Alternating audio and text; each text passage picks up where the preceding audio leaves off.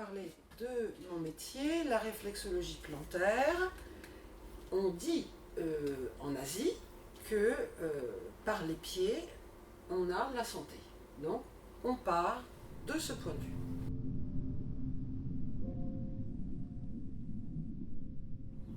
J'ai fait le choix d'étudier une technique classique douce. Cette technique a été développée par une dame qui s'appelle Chris Stormer. Elle a créé une université de la réflexologie à Johannesburg, puisqu'elle vivait là-bas, dans les années 80. Donc, la technique que j'utilise s'appelle la réflexologie sud-africaine. Mais voilà, elle ne vient pas du tout de la culture sud-africaine. C'est parce que juste cette dame, plutôt que de donner son nom à son université, s'est dit on est en Sud-Afrique, je l'appelle sud-africaine. Voilà. Donc, elle part de la théorie des zones réflexes d'Ingham et elle différencie son travail par la subtilité du toucher. Donc, il y a des techniques où on peut sentir que le praticien est toujours en train de malaxer des choses, d'activer des choses. Là, on va passer plutôt dans l'activation et puis dans la douceur. Et en travaillant avec ce toucher bien particulier, on va faire appel à des dimensions psychiques et émotionnelles. C'est-à-dire que quelquefois, il pourra arriver qu'une personne, au cours de la séance, va se mettre à pleurer ou va se mettre à rigoler. Parce que ça va aller réveiller quelque chose. Quelquefois, la personne va pouvoir identifier à quoi ça correspond, parfois pas du tout. Donc, on va utiliser ce qui se présente, une libération de quelque chose. Dans les larmes, elle va libérer une souffrance qu'on a touchée, mais je vous rassure, elle ne va pas rester bloquée dans cette douleur trop longtemps. Quelqu'un avec un fou rire, cela va indiquer aussi qu'on a fait lâcher une charge qui lui permet de libérer de la joie. Donc, même si elle ne sait pas de quoi il s'agit.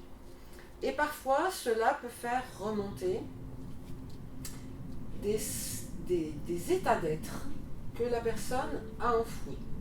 Si ça se présente, quand ça se présente, ça veut dire que la personne est vraiment disposée à aller atteindre ces zones-là. C'est-à-dire qu'elle est prête pour ça. Il ne se manifeste pas de choses dont la personne n'est pas prête. Sauf si elle est entre les mains de quelqu'un qui ne sait pas gérer ça. Voilà. Je le dis parce que parfois, j'ai des gens qui me racontent des histoires et qui restent bloqués dans un truc très désagréable pendant un certain temps.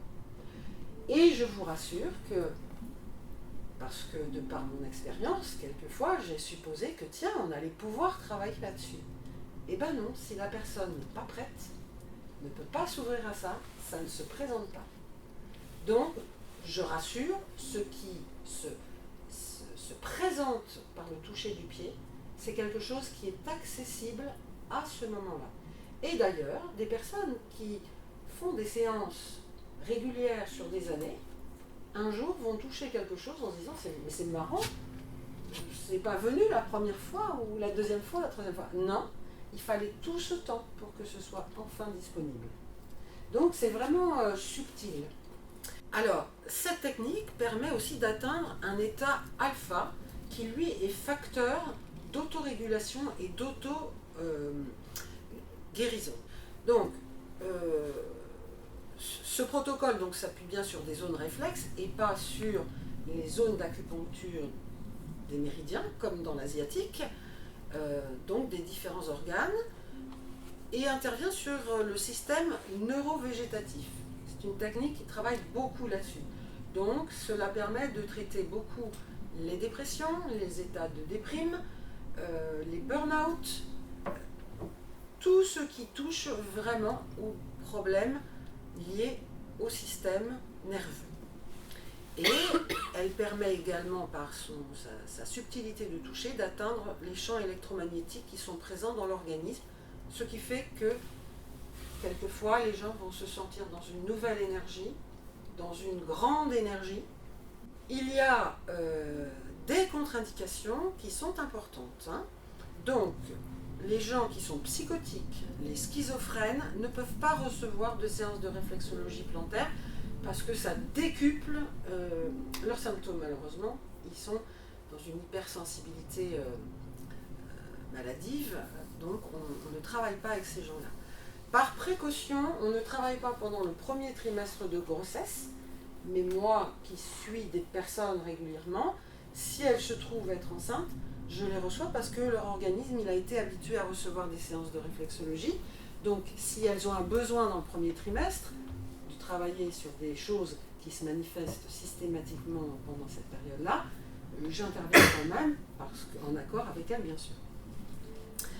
On ne travaille pas sur une personne qui a une phlébite en cours de soins, parce que c'est un caillot qui s'est formé sur le système sanguin, et donc la réflexologie active la circulation sanguine. Donc on ne va pas travailler là, sinon on va faire une explosion. Et puis on ne travaille pas sur des cancers déclarés non traités. Par contre, c'est formidable lorsque les cancéreux sont en protocole de chimiothérapie ou de radiothérapie, car là, on va les accompagner à la détente, d'une part, mais aussi en travaillant tous les organes, on va limiter les effets secondaires des produits toxiques, des protocoles. Et ça, c'est vraiment vérifié. Il y a même dans des centres d'oncologie des réflexologues qui accompagnent justement les gens qui sont en protocole de soins. Et ça, j'ai fait quelques accompagnements, par exemple de gens qui débarquaient, ça faisait 3 mois qu'ils étaient en chimio, et ils ont vraiment vécu leur chimiothérapie ensuite autrement, ils l'ont vraiment ressenti. Et les symptômes qui commençaient à apparaître se sont bloqués. Donc voilà, il n'y a que dans ces cas-là qu'on utilise la réflexologie. Donc là, je vous ai mis la cartographie à partir de laquelle je travaille. Là, par exemple, quand on travaille les orteils, on travaille tout ce qui est au niveau de notre tête, le devant, mais aussi le crâne, et donc le début ou la fin du système nerveux. Donc, lorsque l'on travaille là, on détend déjà énormément l'état général de la personne. Ensuite, vous avez au niveau des coussinets tout l'appareil respiratoire, tout le thorax là. Donc, si par exemple quelqu'un a une infection ORL, quelqu'un a une allergie saisonnière, on va beaucoup travailler cette zone-là pour libérer, pour mieux respirer. Ensuite, par ici, nous avons tout le système digestif. Donc, ici, on a l'estomac, ici, nous avons la rate, ici, nous avons le foie, et puis ici, nous avons les intestins. Donc là, c'est un microcosme où il y a beaucoup de choses à travailler. Et puis ici, nous avons les hanches avec tout le système reproducteur. Voilà. Donc après, il y a la lecture sur le dessus du pied, ou par exemple, sur le dessus, on va travailler tout le système lymphatique et la gestion des liquides, vessie, etc. Voilà. Et là, vous voyez que dans le pied, nous avons donc la hanche, nous avons la jambe et le pied. Donc on peut travailler aussi sur le pied. Le pied sur le pied. C'est formidable. Ben oui, c'est assez intéressant. Donc c'est vraiment le miroir du corps. Voilà. Et on a même la main, et ça c'est fantastique, qui est ici. Alors elle ne se voit pas bien. D'ailleurs, voilà. Vous voyez, on a l'articulation de l'épaule, on a le bras et la main. Donc on peut travailler la main ici. Et en travaillant la main, on libère quelque chose de très important. Parce que les mains nous servent à faire des choses, n'est-ce pas? À être libre de faire des choses. Eh bien, même si quelqu'un n'a pas mal à la main, rien que de libérer ce point, ça lui permet de libérer sa capacité à faire. Soit à faire quelque chose, soit à faire de sa vie quelque chose. Voilà.